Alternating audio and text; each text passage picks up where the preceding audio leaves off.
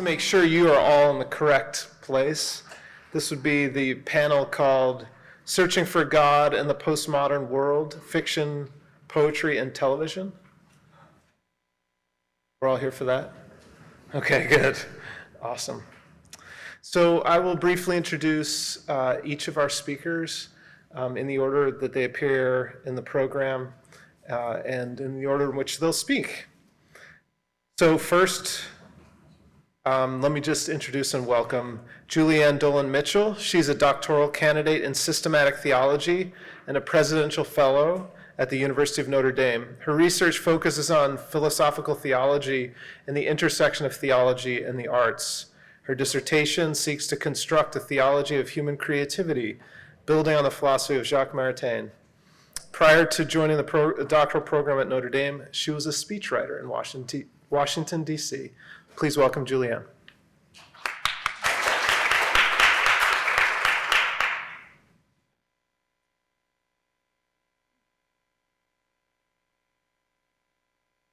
Any attempt to comprehensively capture what is meant by the Catholic imagination in an abstract or philosophical register will quickly be overwhelmed by the complexity of the rich array of artistic productions that have arisen in conversation with Catholic tradition, as well as by the arrival of fresh, new aesthetic contributions that continue to reshape and revise the Catholic imagination as we understand it. As one organizer for this conference has said, while there are scores of styles to encounter and behold, the Catholic imagination is most penetrating and fruitful when organized around key attributes and qualities, some cultural, some critical, and others theological. This paper ventures a reflection on the significance of one such attribute, namely hopefulness, and its relevance to the Catholic imagination. I begin with a general reflection on the relationship between art and human longing, drawing upon Friedrich Schlegel's exaltation of romantic poetry as the source of an experience of the infinite. I then pivot to the question, what is the difference between the kind of longing for the infinite we discover as the central theme of Romanticism and eschatological hope? I offer in response that longing within the environment of Catholic faith is always oriented toward the eschatological promise of divine union. In other words, the Catholic version of longing is always saturated with hope. Taking these theological premises as a starting point, I visit the question of the Catholic imagination in its creative dimension and ask what difference this hopeful longing makes for the bearer of the Catholic imagination, the Catholic artist. I pursue one line of response to this question, which focuses on the way in which hopefulness transforms the Catholic perspective on ends or limits within the work of art. I argue that the eschatological dimension of the Catholic imagination both relativizes and elevates the significance of the end. That, as a result, Catholic art often reveals a complex relation to its own end. In the final section of the paper, I offer the concrete example of Evelyn Waugh's Brideshead Revisited as an instance of the Catholic imagination that transforms the significance of the end. Let me begin by proffering a provisional definition of longing. Longing is a disposition of the soul toward wholeness, completeness, beauty, or perfection. Longing is a kind of desire, but is too fundamental to the person to be one desire among many. Rather, it is an existentially orienting desire, a desire that encompasses other desires. At the same time, longing implies a deficiency or lack. To long is to be disposed toward wholeness and to mourn its absence all at once. It is to live in a state of either deprivation or deferral. To all of this, we might add that longing connotes a duration. One does not long for that which can be immediately attained. One longs for what one perceives is still far off and distant. One longs toward eternity, toward fullness, toward the end. Though an association between human longing and the arts has roots as early as the ancient world, a proximate source of reflection on longing in the arts is found in the early German Romantics. Friedrich Schlegel's famous exaltation of romantic poetry in the Athenaeum fragments describes a progressive universal poetry, the destiny of which is the unification of all genres, the fusion of poetry and prose, genius and criticism, art poetry and nature poetry, the embrace of everything that is purely poetic. Romantic poetry alone is able to become a mirror of the entire surrounding world, an image of their age in the same manner as an epic, to glide between the portrayer and what is portrayed, free from all real and ideal interests. Romantic poetry has a capacity for the highest and most comprehensive refinement, not merely from the inside out, but also from the outside in. In its eternal becoming, romantic poetry extends into the infinite. This way, the romantic poet performs an act and enables an experience through poetry that corresponds to a human longing. Of crucial importance to Schlegel is the unfinished character of poetry. Its principal feature is an inherent resistance to completion. It remains always in the process of becoming, and in this state of eternal becoming, it is vast, inexhaustible, it is infinite, and therefore it is free. Schlegel takes longing to be paradigmatic of the human condition, for longing expresses the fundamental incompleteness of our relation to all that exists, including ourselves. He, and Romanticism more generally, came to this emphasis on longing in reaction to the excesses of Enlightenment philosophy, which fixated upon dividing that which can be known from that which cannot. Poetry, the German Romantics held, one can transcend the binaries of the phenomenal and the noetic, of the world we can know and the world we cannot know. The strict dialectic that separates what is rationally accessible from what is rationally inaccessible yields to the possibility of a higher truth, one that pursues accessibility not by means of rational deduction, but by means of recognition of that which cannot be rationally grasped and acceptance of the finitude of rationality. What remains in the wake of such acceptance is human longing understood as a profound existential desire for the reconciliation of polarities, the possibility of wholeness and beauty, even in the face of their perpetual deferral. I lift up this example of Romanticism not only to indicate its significant influence on contemporary views of art, but because it provides an illuminating contrast to the Catholic view of longing. Much in the Romantic view of art and longing recommends itself for comparison with the Catholic imagination. For one thing, longing is absolutely central to both the Romantic imagination and the Catholic imagination. For another, there is a confidence in the ability of art to address itself to some sort of horizon of meaning. However, while both may be directed toward wholeness, fulfillment, or beauty, the Catholic imagination cannot conceive of such wholeness apart from the human-divine relationship. Romantic poetry, at least the view espoused by Schlegel, by contrast, adumbrates an infinite presence through longing, but remains agnostic with respect to what satisfaction of that longing might mean. Longing itself is the conduit of infinitude, but infinitude does not make itself known or grasped. Infinitude does not love or beckon. Romantic poetry brings us to consciousness of longing and thereby adumbrates infinitude precisely through that longing. But Romanticism can only bring us to the infinite as we encounter it in our longing. It can make no promise of satisfaction, resolution, or beauty beyond that. The possibility of transcendence does not rest for Schlegel in the satisfaction of longing, but rather in the longing itself. Romantic poetry offers this experience of living toward the infinite through longing, through its eternal becoming. But it is an eternal becoming that also suggests eternal deferral. I've put forward the Romantic view of longing as a relief against which we might consider longing within the Catholic imagination. If the posture of longing suggested by Romanticism is that of the subject reaching outward toward the infinite that perpetually eludes him, the version suggested by Catholic longing is that of being held by the divine in relationship, a relationship that perpetually invites a deeper knowledge and intimacy of the beloved through the cultivation of longing. The point I would like to make is elementary. Longing in a Catholic context cannot be considered apart from the human-divine relationship that elicits it. Moreover, I think we can take the claim a step further by suggesting that within the imaginative environment of faith, all longing is drenched in hope. All longing is hope. Though a complete defense of the position would require a detailed study of doctrine and perhaps a theological survey of the topic of longing, here I offer only a brief reference to the theologian of longing par excellence, St. Augustine, who famously wrote, "Our hearts are restless until they rest in you, O Lord." Augustine's pursuit of an elusive God, famously narrated in his Confessions, is equally a pursuit of human longing, a quest to touch and name the elusive energies, the grace, that compel the soul toward the divine. Even as Augustine recounts his journey from the perspective of conversion and faith, he expresses the restlessness of his heart and a longing for a yet-to-be-attained satisfaction in the Lord. As Augustine revisits and ponders the sins of his youth, the moral and intellectual missteps that took him away from and then toward the Lord, he does so with a perpetual renewal of longing for a wholeness he does not yet possess. Indeed, the entirety of the Confessions is an exercise in praise and longing, a recollection of the privations that elicited his yearning and gently and gradually augmented the invitation of the Lord toward deeper and deeper union with him. For Augustine, all longing took the form of an orientation toward the divine, for to long is always to long for God.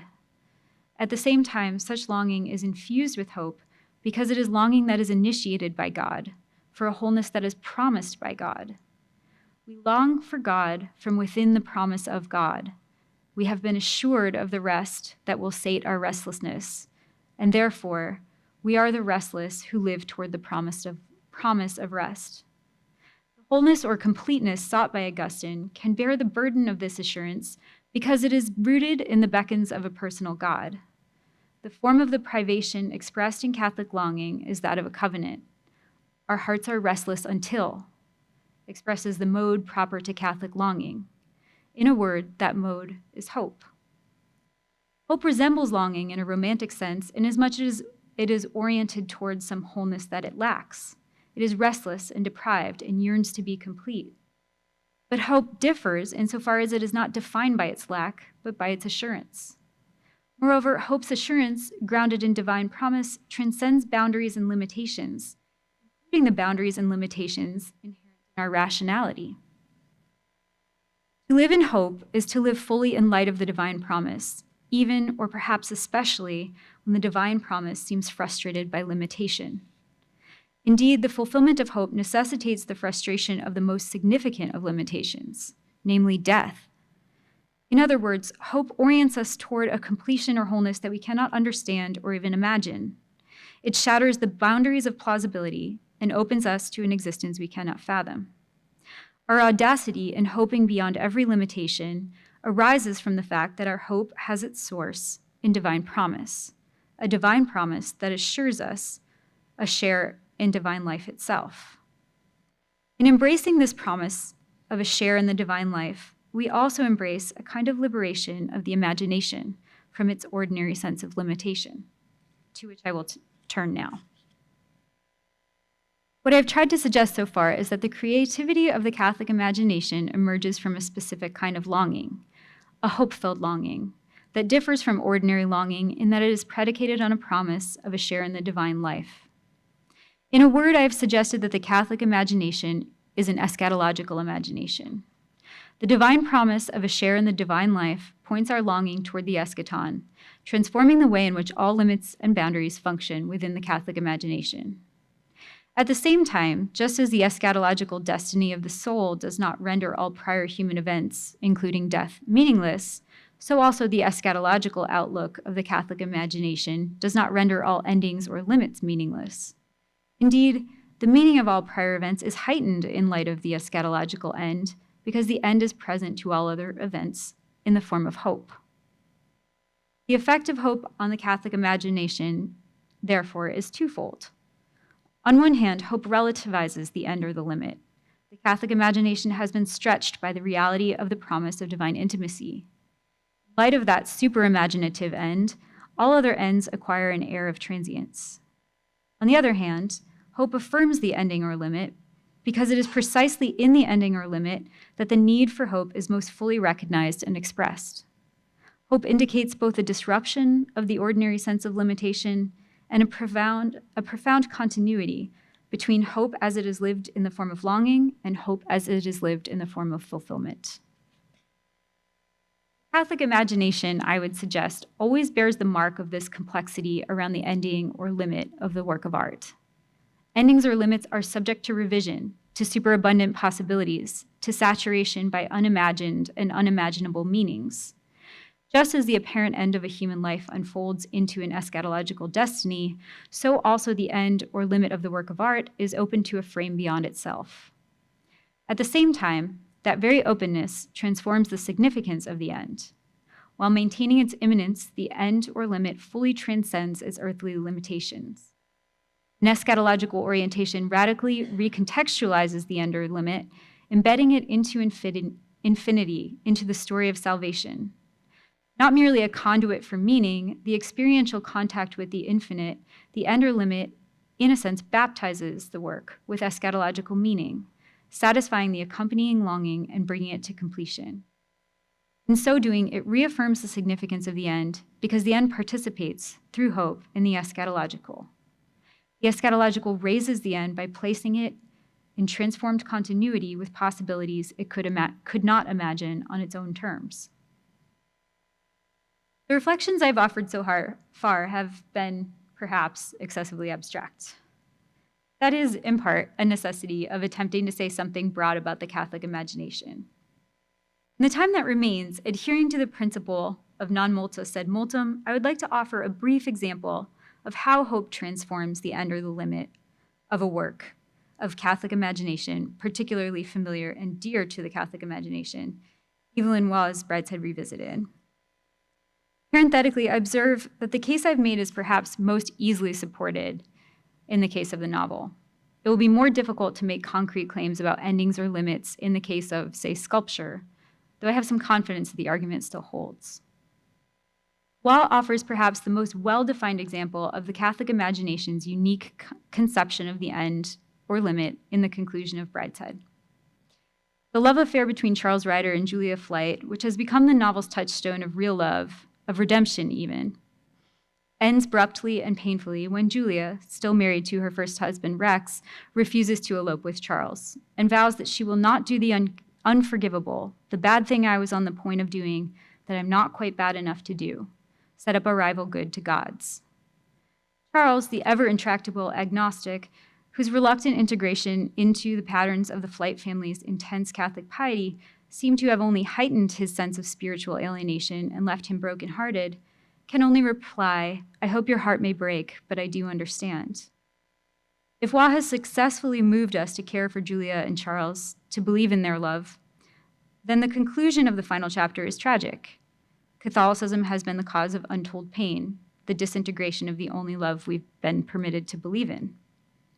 But Waugh does not give this disintegration the final word. In the epilogue to Brideshead Revisited, we return to the present, to Charles, an officer in the British Army, as the Second World War draws slowly to a close.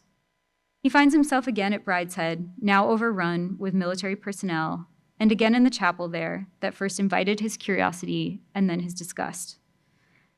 There he contemplates before the tabernacle the dissolution of it all, Brideshead, the Flights, his life, the world. And yet he thinks something unexpected has also come of it. Quote, something quite remote from anything the builders intended has come out of their work, and out of the fierce little human tragedy in which I played.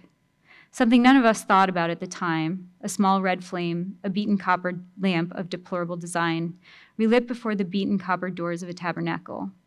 It could not have been lit but for the builders and the tragedians, and there I found it this morning, burning anew among the old stones. Charles Ryder's discovery, I would like to suggest, gives voice to the very authorial deference that Waugh performs in destabilizing the conclusion of the novel with the addition of an epilogue. Something quite remote from anything the builders intended has come out of their work. The ending that the novel intended is revisited in the light of hope. Charles Ryder's fate is not sealed, nor his redemption guaranteed.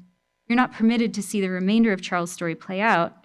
Instead, we are reminded that the end may not be the end, that the limit we expected might be superseded by the unexpected, the unfathomed, the unimaginable. I've attempted to offer, in this short paper, the rudiments of a reflection on the significance of hope within the Catholic imagination. Hopefulness, as I have tried to show, has a close analog in longing, inasmuch as it serves an orienting function with respect to wholeness or perfection. But hope, which is grounded in the promise of divine union, is also radically different from longing. When we hope, we do so with divine assurance. Moreover, the divine assurance in which we place our hope speaks of the disruption of limits and of ends. The result is that we hope beyond what we can long for. We hope for what we are not able to know or imagine. Nevertheless, even as ends and limits are relativized by the eschatological frame, they are also elevated by hope, because hope establishes a continuity between that which is beyond our imagination and that which is here and now. Thank you.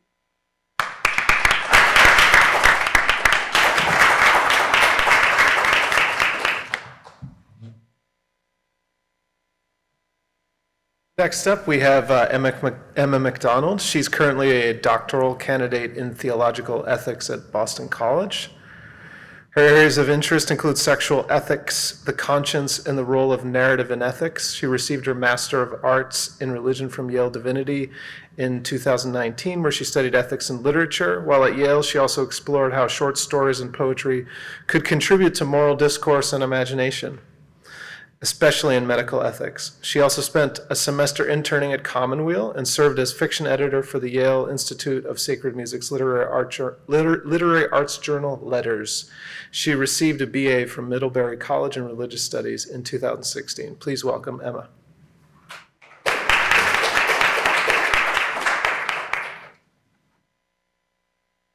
I have a PowerPoint, so I'm going to talk from over here.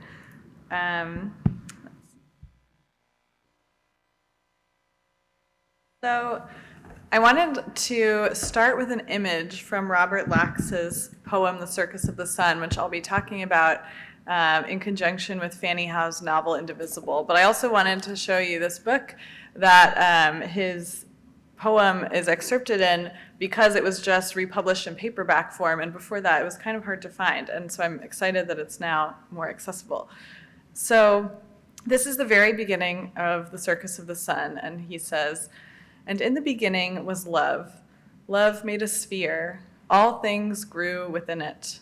The sphere that encompassed beginnings and endings, beginning and end. Love had a compass whose whirling dance traced out a sphere of love in the void. In the center thereof rose a fountain."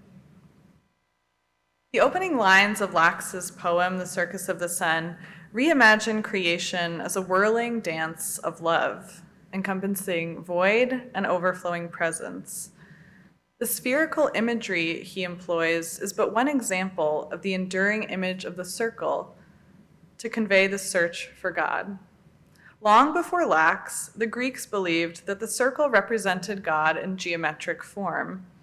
Circular movement, or perichoresis, has neither beginning nor end, and thus expresses the eternity and coherence of the Trinity, becoming what Simone Weil calls the geometrical image of divine mediation. This paper will explore how the concepts of bewilderment in Fanny Howe's novel Indivisible and unfolded grace in Lax's poem both trace this circular search for God. According to Fanny Howe, a paradigm image for the circular search for God can be found in the life of the monk. In Howe's novel Indivisible, the main character, Henny, muses about the monotony of monastic life. While its repetitious days and prayers appear to yield no results, Henny insists, the seed of revelation is buried in the monastery, as is the salvation of the contemporary church. Henny likens the rhythms of monastic life to the cadence of a clock. Both illuminate the paradoxical nature of time and trace the winding path of human connection to the divine. The clock and the time it records appear frustratingly constant and contained. The hands never move beyond their prescribed notches, nor do they breach the circle they inscribe. And yet the hands move incessantly onward, marking the continuous advancement of time. The center of the clock appears a useless void. The clock's meaning to us lies in the relation of its hands to its numbers. Like the clock encircling its empty center, the monastery revolves around God, an absent presence or present absence that cannot be penetrated, only circumnavigated in a winding spiral. Henny concludes, "I think the imitation of the clock is a useful practice for all humanity to learn from." Howe's novel Indivisible echoes the restless immobility of the clock in both form and image, trying to convey what she calls bewilderment. Howe describes bewilderment as a dream where one continually returns to pause on a gyre.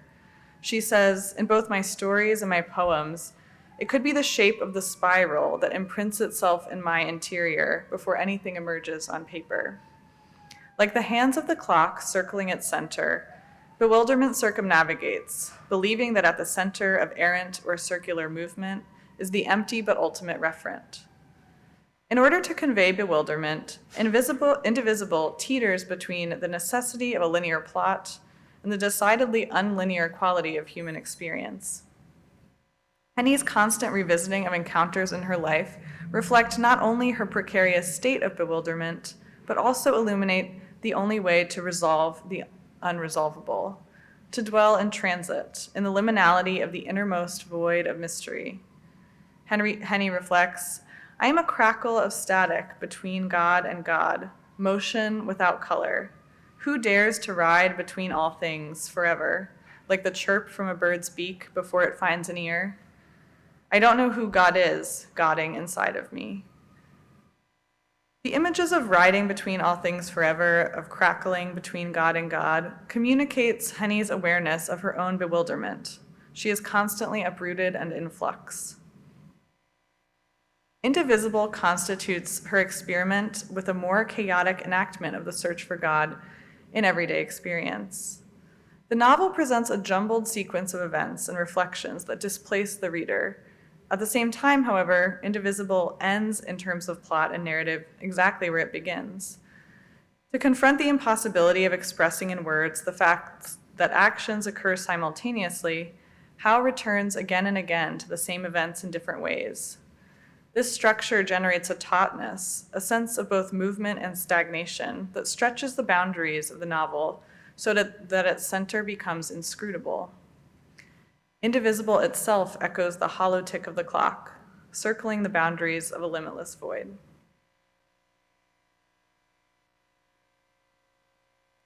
The transience of bewilderment causes Henny to feel invisible.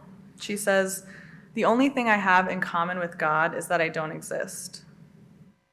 While this moment of despair appears as a low point for Henny, it creates the opportunity, or as Simone Weil might put it, it creates the void through which grace can enter.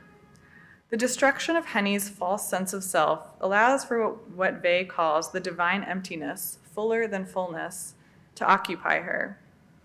Thus, Henny's bewilderment enables her to understand, at least briefly, her own worthiness by first forcing her to acknowledge the opposite.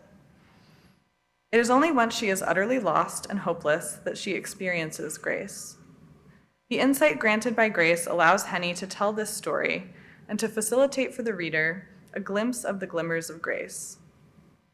As she puts it early on in Indivisible, there is a kind of story God that glides along under everything else that is happening, and this kind of story only jumps out into the light like a silver fish when it wants to see where it lives in relation to everything else. The ability to see oneself in relation to everything else, like the fish that flashes out of the water, is a fleeting resolution to bewilderment. Those who experience grace after uprootedness see God's presence. A glimpse of God helps one ascend, transcending the misery of uprootedness, but also facilitates a return to rootedness, not in one's historical roots, but in love, in the divine order, the community of all creation. Robert Lax's poem, The Circus of the Sun, which recounts the wonders of the wandering Christiani family circus, offers the poet and the circus performer as joyful models of being rooted in love. Lax, a 20th century poet known particularly for his friendship with Thomas Merton, was constantly uprooting himself. As his biographer Michael McGregor tells it, in his later years, Lax joked that anytime anyone opened a car door, he got in. Lax's wanderings took him on tour through Western Canada with the Christiani family circus, after which he composed the long poem, The Circus of the Sun. The imagery of the circle is apparent from the very beginning. In the first section, called Morning, he begins, Sometimes we go on a search and do not know what we are looking for until we come again to our beginning. Even in this first line, Lax gestures towards what Howe conceives of as bewilderment.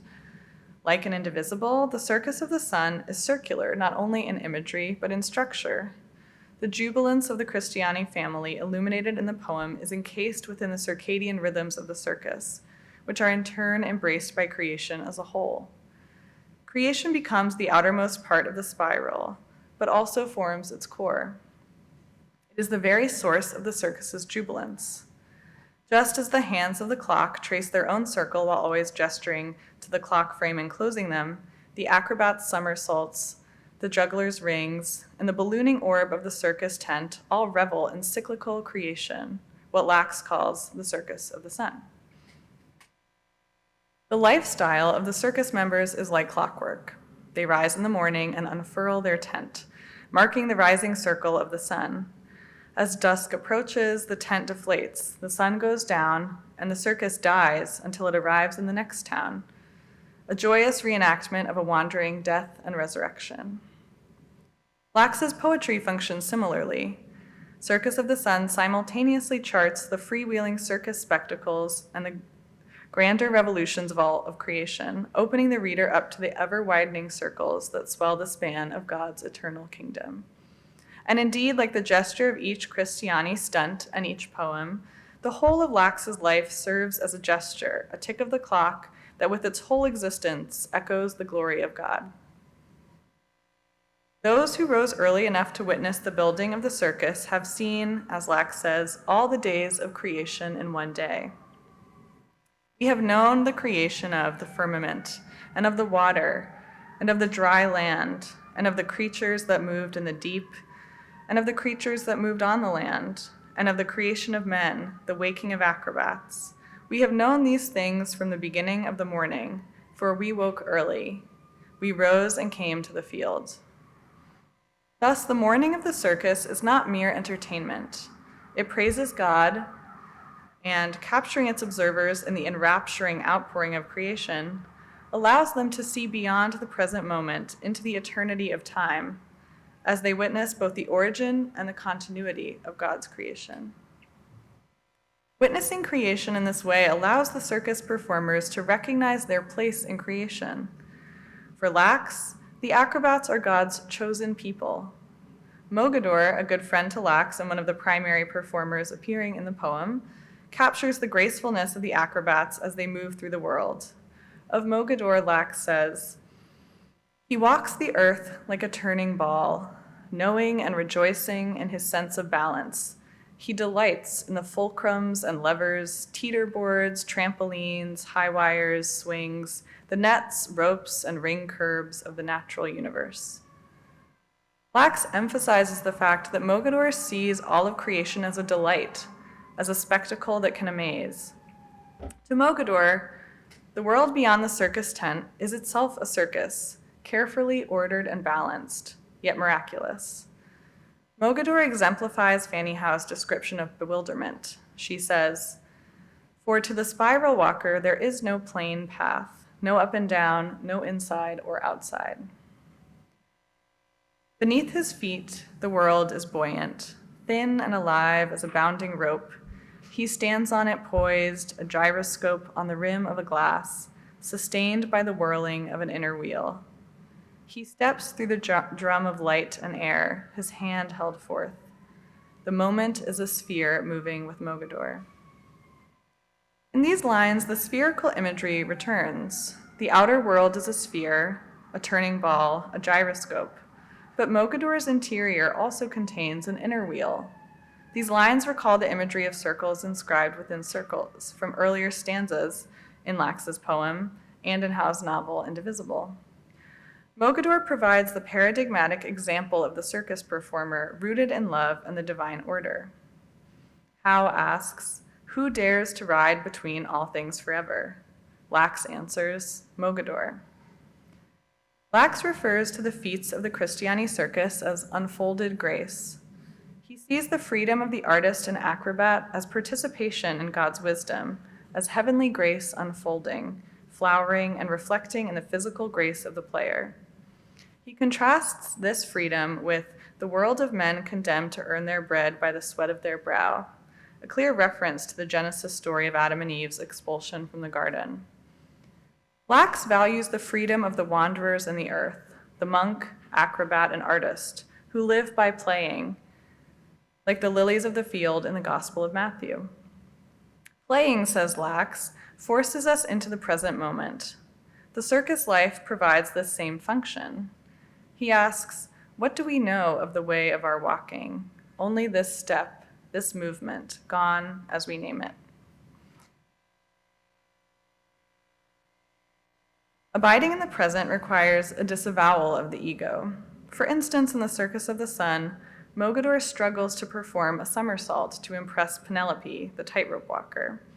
At first, he overthinks it. His internal voice says as he attempts it, I am a flame, I am a dark cloud, a bird, I will land like spring rain on a mountain lake for the delight of Penelope, the tightrope walker.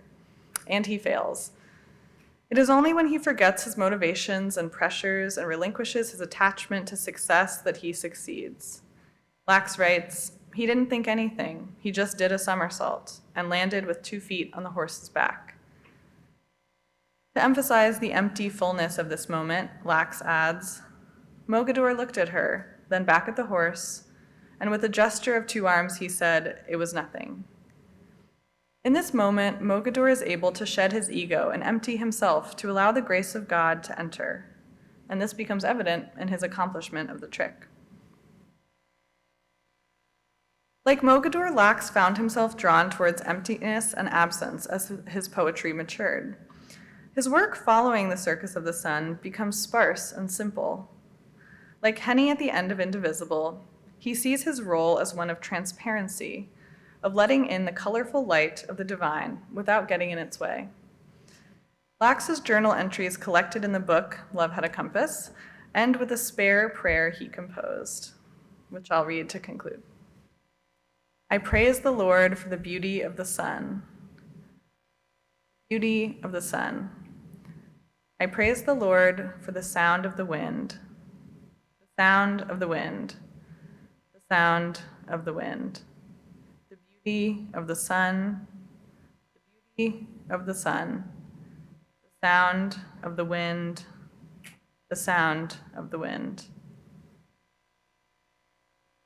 In another land, and with my own compasses, I will not look further for righteousness. I will understand you only in your absences. The constant repetition imbues this poem with a liturgical circularity. Unlike Indivisible, however, it does not articulate agitation. Instead, it offers praise. Though Lax's later poems are subtler in their circular imagery, his time wandering with the circus gave him the courage to strive for his own pure act through poetry. Jack Kelly recounts that when Lax was asked in 2000 how long he had traveled with the Christiani family, he answered, even till now. Through praise of the vast wonders of God and creation, Lax gestures past the inadequacy of our language to God. Perhaps Simone Weil would find Lax's poems beautiful. She esteems poetry composed while the attention is kept directed towards inexpressible inspiration, insofar as it is inexpressible. The last lines of Lax's poem, free from punctuation, accept the limits of our capacities in the circular search for God. The compasses of Lax's poetry and his pilgrim life trace a spiral around the ineffable as Lax revels in the state of bewilderment. The whirling that is central to bewilderment is the natural way for the lyric poet, says Howe. The Circus of the Sun suggests that this is also true of the circus performer and their poet. Thank you.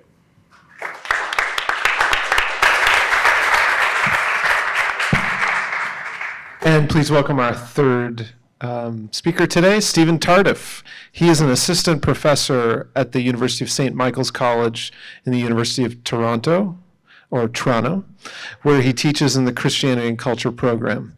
He has been a fellow at the Mahindra Humanities Center at Harvard University and a visiting scholar at the Academy of Arts and Sciences. His publications include articles and essays on Gerard Manley Hopkins, Thomas Hardy, and James Joyce, and his current book project explores the connection between literary form and self-formation in Victorian England.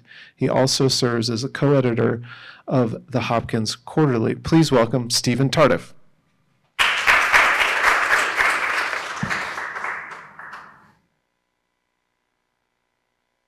Okay. Right here.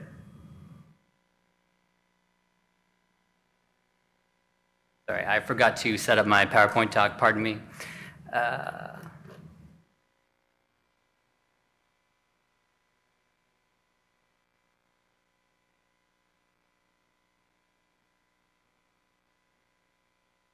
This is the void where grace can allow to enter. Well, I thought it was an example of desire, and maybe that's going to be the theme of this talk, or we might all just imagine it. All right, well, I'm going to actually use that as a segue to just launch into my talk without the images, but I mean, unless someone can maybe come up and the center column right here?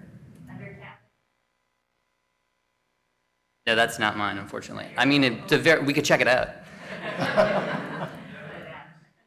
Yeah, I do have the stick and I plugged it in, but it's not making the magic happen. Hello? If you want to unplug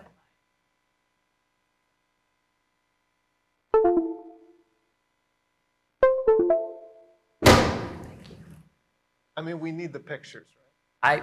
One thinks, but all right. Thank you very much. I appreciate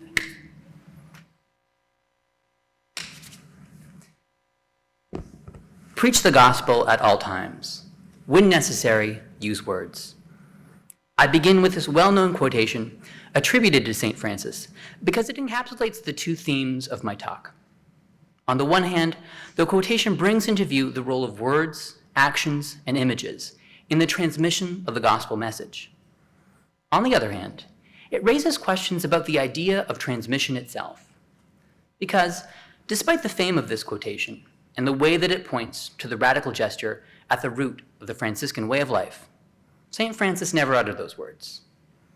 In 2006, one of St. Francis's biographers, Mark Galli, argued that the popularity of this apocryphal quotation reveals more about us than it does about the saint himself, since it, quote, goes hand in hand with a postmodern assumption that words are finally empty of meaning. But in the decade since Galli offered that judgment, we might well question whether this quotation says as much about us as it once did. Not because words now have more meaning, but because images have less. In recent years, images have become as corroded and compromised as language itself. A visual culture dominated by supersaturation, simulation, and irony has eroded their power and meaning. Deep fakes and dank memes, to take just two recent but representative phenomena, have taught us how not to read images, how not to take them seriously, and they now evoke the same suspicion that characterizes postmodernist theories of language. This crisis of the image, and all of the consequences that it implies for the transmission of traditions, is the context in which I'm going to locate Paulo Sorrentino's 2016 series, The Young Pope. This critically acclaimed show tells the story of one Lenny Belardo, pictured here, who, on assuming the Petrine office, proves to be a riddle wrapped in an enigma, wearing a triple tiara. A young American who revives the oldest traditions of the papacy, a phonegetic figurehead who nevertheless manages to remain completely invisible to the public, refusing photographs and visual representations of all kinds. Not only do the show's obvious contradictions drive its unfolding drama, but they are also the means by which it explores the contemporary status of images and their enduring power. In fact, Sorrentino orchestrates a striking contrast between his titular character's media strategy and the lavish visual style of the series precisely in order to present his viewer with the paradox of an untransmitted image. What you see is what his fictional faithful don't get. Thus does the Vatican's reservoir of hidden, uncommunicated beauty become a kind of stand-in for the untransmitted artistic and religious traditions that are inaccessible in a world where the only modes of visual mediation are parody and profusion. Now, this is not to say that the show holds itself aloof from these postmodern modes. On the contrary, it features many instances where the audience's expectations of papal parody, an expectation elicited by the show's very title, are fulfilled. At one extreme, we have images like this one that seem purely parodic, images where the eponymous young pope in black shades appears for purposes which are only obliquely related to the show's plot. Or take the moment when Michelangelo's Pieta, after being featured itself early on in the series, is recreated with Lenny and another character. Such irreverent juxtapositions find a kind of apex in the show's opening sequence, which is comprised of a series of similar travesties. Here, a blazing meteor passes through the backgrounds of famous works of art that feature pivotal scenes in the history of Christianity, as Lenny walks past them in the foreground with an instrumental version of All Along the Watchtower playing. The clear implication here is that the devastating effect of Lenny's papacy is materialized in the metaphor of the meteor, as he too wreaks havoc on the tradition of which he is now part. Such a reading is what this and the show's other parodic images would seem to confirm. Indeed, the particular kind of chaos that a modern audience expects a young pope is depicted in one of the dream sequences that opened the show's first episode. Here, the newly elected Lenny dreams of announcing from the balcony of St. Peter's an about-face on a host of moral issues, from masturbation to abortion. But of course, while Lenny is an agent of disruption, his is a very different brand of chaos. He throws the church into turmoil by his radical return to traditions, and not by his interruption of them. The show thus turns the audience's expectations of what a young pope would do into the first interpretive hurdle that it clears, opening a fresh space in which to encounter Lenny's contradictions, cleansed of predictable preconceptions. The reorientation that the show's opening scene prompts is also, I think, the key to reading its apparent images of outright parody.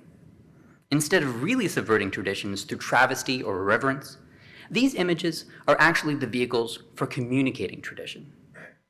It's no accident, for instance, that the comic montage of a disrobed pope dressing himself to the theme of "I'm sexy and I know it" precedes one of the show's most stunning and technically accurate tableaux. Pictured here, that of Lenny entering the Sistine Chapel on a sedan chair, in the full regalia of an ancient pontiff, papal tiara and all. As such, the spectacular juxtapositions of the ultra-modern with the ultra-traditional, which the show never tires of displaying, ought to be read through the lens of the gospel parable about the Lord of the house, bringing from his storeroom both the old and the new. In other words, the young pope incorporates the language of contemporary visual culture precisely in order to create a meeting point between the early 21st century and the ethos of earlier ages. Nor is our own historical moment, with its specific moods and media climate, the only one with which the series goes out of its way to evoke. There is, for instance, the age of Aquarius of Lenny's parents, who abandon him at an orphanage, a scene to which we return throughout the series with intermittent flashbacks. But there are also evocations of the world before free love, flower children, and the Second Vatican Council. Pope Pius XIII's name is obvious enough, but the subtle visual cue of his constant smoking, and even the old-timey name of Lenny itself, are deliberate, anachronistic details threaded through the fabric of the show that evoke this vanished world even more concretely than its actual flashbacks. Both of these modes of reference serve the same end of attenuating an asymmetry to which Lenny objects in the first episode. Commenting on his clear preference for older forms and norms, he remarks that, quote, "the past is wide," whereas, quote, "the present has only room for one pair of eyes." In addition to articulating Lenny's own attitude, his suggestive phrase also points out the problem that an artist like Sorentino faces in working in television or film, where there really is only room for one pair of eyes at a time. Creator and character, then, face parallel dilemmas. Lenny's project, on the level of the show's plot, resembles the one with which Sorentino grapples on the level of the show's conceit. How to use images in order to create room in the eyes of the fictional faithful and in the eyes of the audience as well.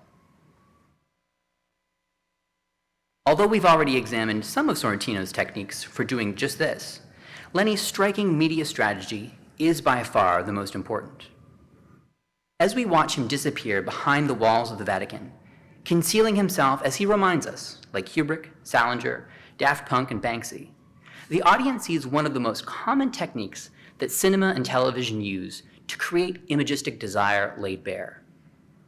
From horror movies to whodunits, MacGuffins are the very substance of suspense, and the absence of pivotal, plot-structuring persons or objects creates the eschatological, future-directed, forward-moving arcs which are a staple of cinematic form. But in confronting this conceit so explicitly in Lenny's strategic abstention from the faithful's view, Sorrentino was able, as it were, to have his pope and hide him. That is to say, he can, on the one hand, indulge a sumptuous visual style that revels in surfaces without any fear of triumphalist nostalgia, because each new view reminds the audience of Lenny's questionable actions and troubling ambitions. At the same time, the show's inescapable, ubiquitous beauty exposes what is often just a cheap technique. Sorrentino's images, in other words, are purged of any artificially induced interest and hold our attention by virtue of their own power. Indeed, throughout the series, the audience learns to mistrust the most common sources of revelation that television and cinema employ. There are no lurid secrets to learn about Lenny, and when characters in the show seek, for instance, to reveal the contents of a secret stash of letters, these turn out to be completely devoid of damaging or compromising details. Instead, the show merely delivers the most obvious theories to the audience in a way which is so direct that the explanatory power of such revelations is ultimately undermined. The fact of Lenny's orphanhood, for example, is such a conspicuous source for his motives that its force is actually undercut by its all too obvious explanatory power. Thus, by immediately delivering supposedly subversive secrets and dramatizing the very act of concealment, one of television's signature, plot-driving techniques is disrupted and exposed. In the same way that parody becomes a vehicle through which to expand the show's historical imaginary, the simulation of absence is turned into a tool for thinking about the structure of the stories that can be told through the medium which Sorrentino employs.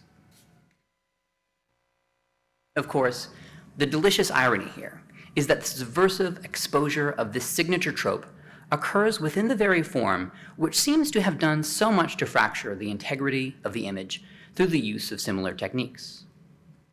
A quarter century ago, David Foster Wallace concluded his seminal essay on television by noting what kind of desire emerges in the imaginative cul-de-sac that TV has created, a dead end where detached irony or artificial interest are the only possible modes.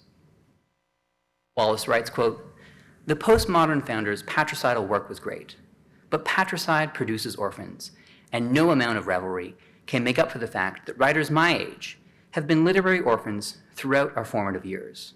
We're kind of wishing some parents would come back." The orphanhood of Lenny Belardo is clearly at some level the embodiment of precisely this kind of abandonment. But the larger point here is that a new form of television is the very means through which this intergenerational trauma is being explored. Sorrentino has called the TV being produced by platforms like HBO and Netflix, quote, "the handsome child of literature and film." The young pope, then, as an example of, quote, "cinema on the scale of the novel," represents a difference not just in degree, but in kind. Streaming has spawned a new form, which constitutes both a continuation and a development of the traditions of literature, film, and television. Like his character Lenny, Sorrentino shows what new possibilities are latent in tradition whose meaning and powers only seem to be finished and well-defined. But in exploring at the blended edge of television and cinema the limits of these forms, Sorrentino also probes the limits of images themselves. And he does so by means of the same artistic traditions which the larger canvas of streaming makes available. The show gives us a symbol of Lenny's childhood trauma in the talismanic bowl of his absconded father's tobacco pipe, a conspicuously fragmented heirloom that clearly desires completion. But when this object is completed and apparently rejoined with its absent piece, the tableau which this totem forms is that of René Magritte's The Treachery of Images. The point that Sorrentino drives home here with his clear allusion to this famous painting is that images can be the means of corroborating the illusions that we desire. This point, though, is one that depends on the artistic tradition with which the illusion connects and which this very connection extends. In other words, we learn in the young Pope to distrust images by means of them. It's a lesson we are taught through a famous painting. And, surprisingly, this lesson doesn't leave the viewer in a double bind. Instead of opening a typical postmodern aporia, the exposure of the limits of images points to a world beyond images, and to another sense, which remains inaccessible even on the new scale of novelistic cinema. In two pivotal scenes later in the series, frauds are exposed not through the discovery of documents, but through the sense of smell. Lenny's infallible nose detects a pair of impostors posing as his parents, and he makes the connection between moral corruption and physical stench in the presence of a soon-to-be-punished church figure with the withering line, quote, "Halitosis is a deformation of the soul." The sense of smell, thus, points beyond the image, an orientation confirmed by the canonization plot that coincides with the show's conclusion, or until October when the new season comes out. One of the last acts that Lenny performs is the elevation of a South American saint named Juana. While the focus on this fictional, competent saint is an index through which one can trace Lenny's growth as a character in various ways, Juana plays another role in the show's meditation on images. Lenny's handsome, statuesque face is the one that the world doesn't see. But Juana's face is one that, for the most part, we don't see. In flashbacks of her life, she's typically shot from the back, as if to indicate that her confirmed holiness is the very thing that the show can't show. Thus, the desire for images that the series renders so clearly on the level of plot finds its analog in the depiction of sanctity. The thing that occupies the place of the MacGuffin within the series, the thing that the form of the show induces our desire to see, isn't something we would immediately recognize or esteem. Just as heroic virtue can only be confirmed in retrospect, so too in the series, holiness itself is impossible to present directly. This, then, is the ultimate horizon onto which the young Pope opens, the paradox of sanctity. And rather than totally surpassing the image, this paradox actually returns us to it. For the invisibility of sanctity recasts the field of the visible as the arena of its possible appearance. Thus, while Lenny seems like a flawed and transparent mischief maker, a figure of titanic pride and limitless presumption, the show leaves open the possibility of which Sister Mary, his surrogate mother, is convinced, that he is, in fact, a saint. Although so many scenes in this series dazzle the audience's gratified eye, the images which remain even more transfixing than those of Sorrentino's recreated Vatican are ones of Lenny in prayer. The scenes themselves are often prefaced by off-putting, peremptory invocations. The formula is some version of, "Lord, we must now speak about," etc. But interestingly, Lenny's tone never seems to impede the efficacy of his petitions. Indeed, these bold overtures only make the question more pressing. Is Lenny really talking to God in these moments? Does God, as he always seems to, really answer his prayers? These undecidable questions hover over Lenny when he kneels before a convoy of stock trucks, or at the bottom of a pool when he prays for the repose of his best friend's soul. As such, these images form a kind of meeting point of the visible and the invisible, the beauty in which the show revels on the one hand, and the sanctity which can only be a speculation on the other. These images, therefore, give and withhold. They play outside the economy of plot and beyond any obvious artistic tradition. But for this very reason, they demonstrate how and where novelty enters both the traditions of art and the traditions of the church, unexpectedly, and through the narrow gate of the present moment. At one point in the series, Lenny reminds an interlocutor that he's an orphan, and orphans, quote, "are never young." But paternity, as James Joyce reminds us, is a mystical state. And while parents are given, precursors are elected. We are witnessing the cinematic products of streaming TV elect their own precursors. And as we do, we see a new set of aesthetic norms emerge. These norms open up, within our contemporary visual culture, a place where the limits of older forms can be explored and longer traditions can be created. The yet to be realized possibilities of streaming will be the achievement of a new tradition. And as it develops, artists and evangelists alike might well turn to Sorrentino's work as an example, a vivid demonstration of the possibilities that images possess beyond the modes of late 20th century television. A young pope, after all, is a kind of emblem of the radical potential of all traditions.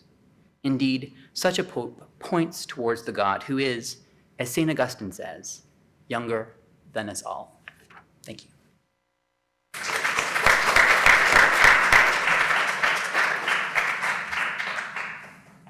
Thanks, Stephen. Glad to have seen the images. It would have been really funny not to have seen them. I trust all your imaginations greatly. I'd love to have our speakers entertain at least a couple questions, knowing that we are already in overtime. That's okay. Not because of you, but because of our Kairos timing. Questions for our speakers?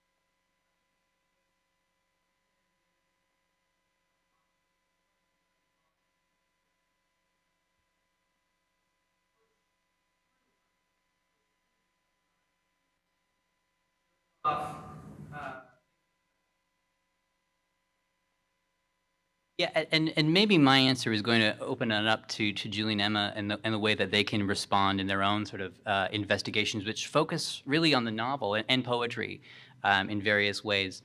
And I would sort of begin by locating my answer there, because there is a sense in which, you know, what Sorrentino is so, I think, fired by is this ability to really produce a 10-hour movie. You know, that's really something that for a director of feature films is something that is so suggestive and so new and so powerful.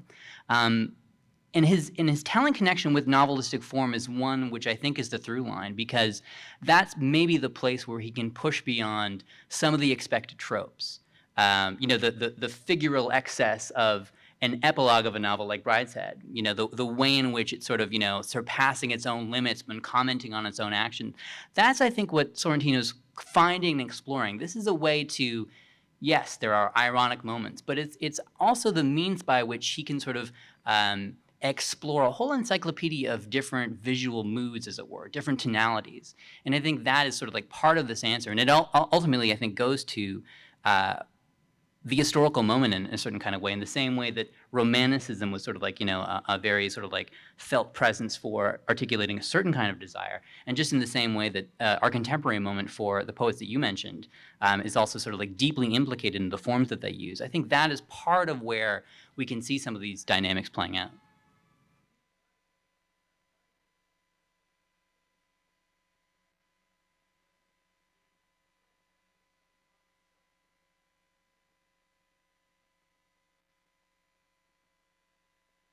I guess to speak to that as well, what I actually thought of when you were giving your presentation, which I really enjoyed having just watched The Young Pope recently, was David Lynch.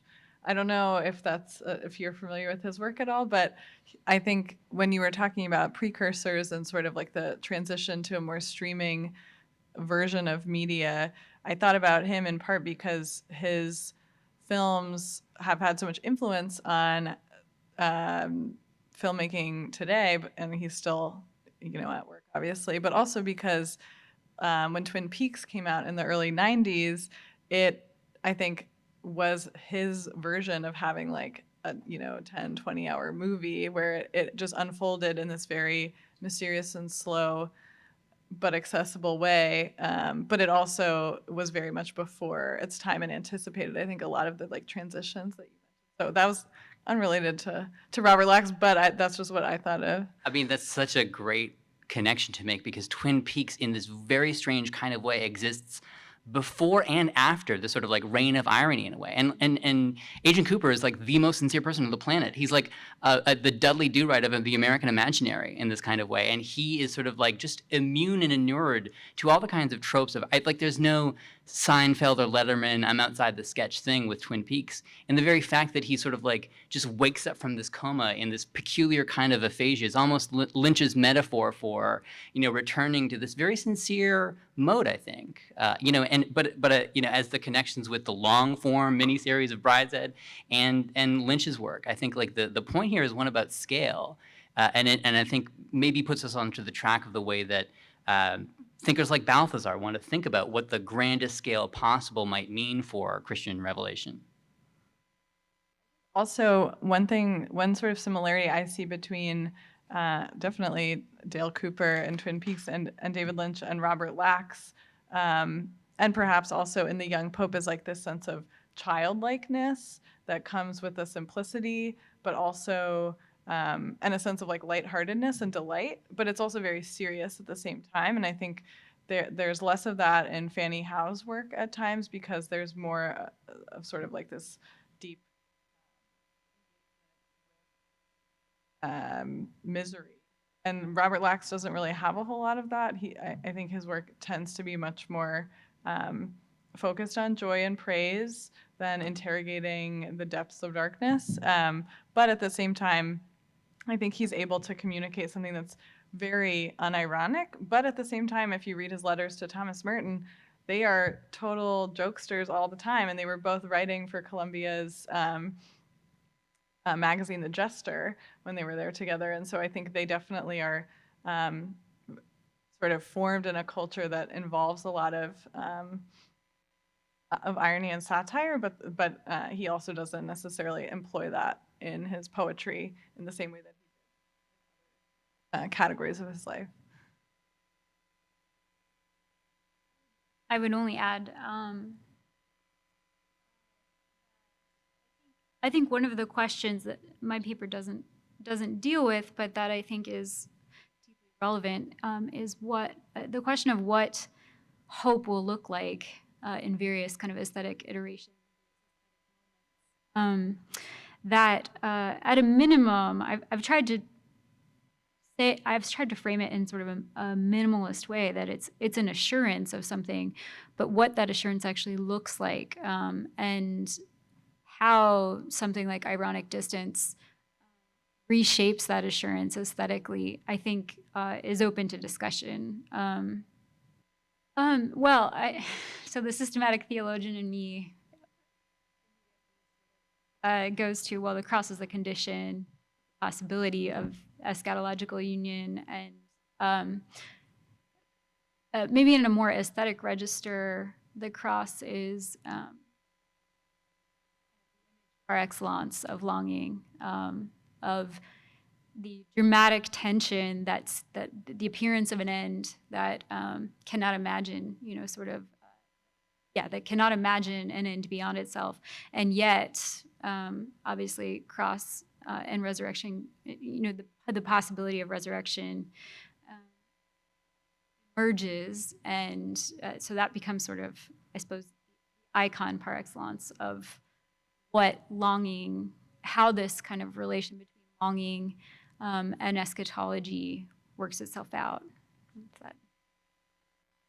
And just almost to tack on with a connection to all the Simon Weil that you brought up, that is almost in a certain way the conditions under which Weil wants to think about what hope is. Like a hope without hope is a kind of ultimate figure for that. And maybe that somehow refracts and ramifies with, theological reflections on the cross and the moment of despair which also looks past death. I want to start a fight. I don't know if this is going to do it because we also have to wind up. But it does occur to me as I'm listening to each of your papers and more broadly the conversations from today that I feel a little bit of a tension or contradiction or some kind of energy between, what Andrew called the apophatic, or maybe sort of the refusal of the world and worldly kind of things, or the otherworldliness aspect of Catholicism, and then the this worldliness on the other side, the sort of the embrace of creation, and these two things, like I don't know, to me, the energy that each offers is different. And I think about the pageantry of the young pope and how a part of me just is repelled utterly by that, and yet at the same time I love the sensory experience of certain traditions, like Andrew's tradition, the sort of St. John Chrysostom rite, and the sort of Eastern Catholic rite. In any case, do you have any trouble with this question about the this worldly versus the otherworldly, as you're sort of thinking through these questions about what is precisely, or are there multiple Catholic imaginations?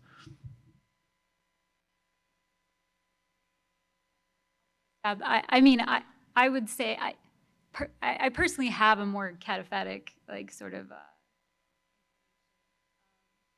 but the short answer is I think, yes, there are multiple Catholic imaginations, and even something like the question I'm trying to address in this paper has a great deal of flexibility, which is sort of what I was trying to get at in my response a few seconds ago.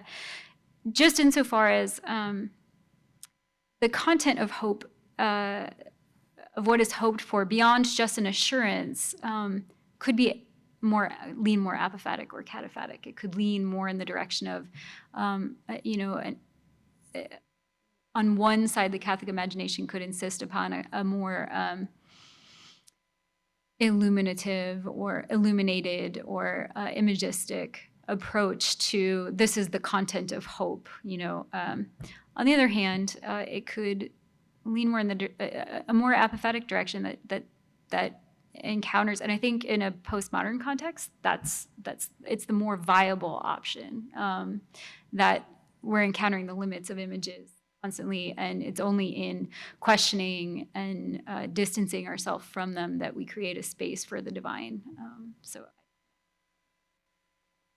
I think your attempt to bring us to fisticuffs is just going to bring us into a group hug of kumbaya, because it's going to be this big Catholic both and moment, right? So, the more, just to confine, just for the sake of the example, my answer just to the young pope, I think it really is governed by this creation of attention. Like, it's not collapsing into one or the other. Yes, you have Lenny sort of like abstention. You really feel that in the way in which it sort of like pointed to at various moments where, we want to see this figure. Like it's kind of like connecting with that great horror movie trope of like a blind person fighting a sighted person in this way. Like, we see Lenny, but we know that he is absent. And precisely this simultaneity of feast and fasting that the show's style really gives you is sort of like one of these just axiomatic, paradigmatic tensions of Catholicism. And I think that's why the show is so popular with people who, have commitments in the church and people without. It really is kind of like a perfect example of what a Catholic imagination actually looks like in a kind of way. So I take your point that there is a tension, but, what I find most striking is that the tension doesn't break the system. It actually makes it work. Yeah, I would say I definitely see that tension in Robert Lax in particular, but I think similar to I would say they kind of like work together in a way that's very productive for his faith, definitely. And I think he definitely progressed from being more cataphatic to apophatic. As in terms of his poetry, he went from the Circus of the Sun style to this sort of like lyrical, like psalm-like style, to being very concrete and sparse, and just focused on this sort of vertical mode, which I think both are really resonate with me, and I don't see them in contradiction at all, but definitely in tension. And I think, but I do think they definitely represent a kind of both and that it ends up being very fruitful, which is part of the reason why I really like this image of the clock that has both this sense of presence and absence, because I think it does kind of capture the importance of liturgy and the circularity captured in his work. Please thank our panelists for their great papers.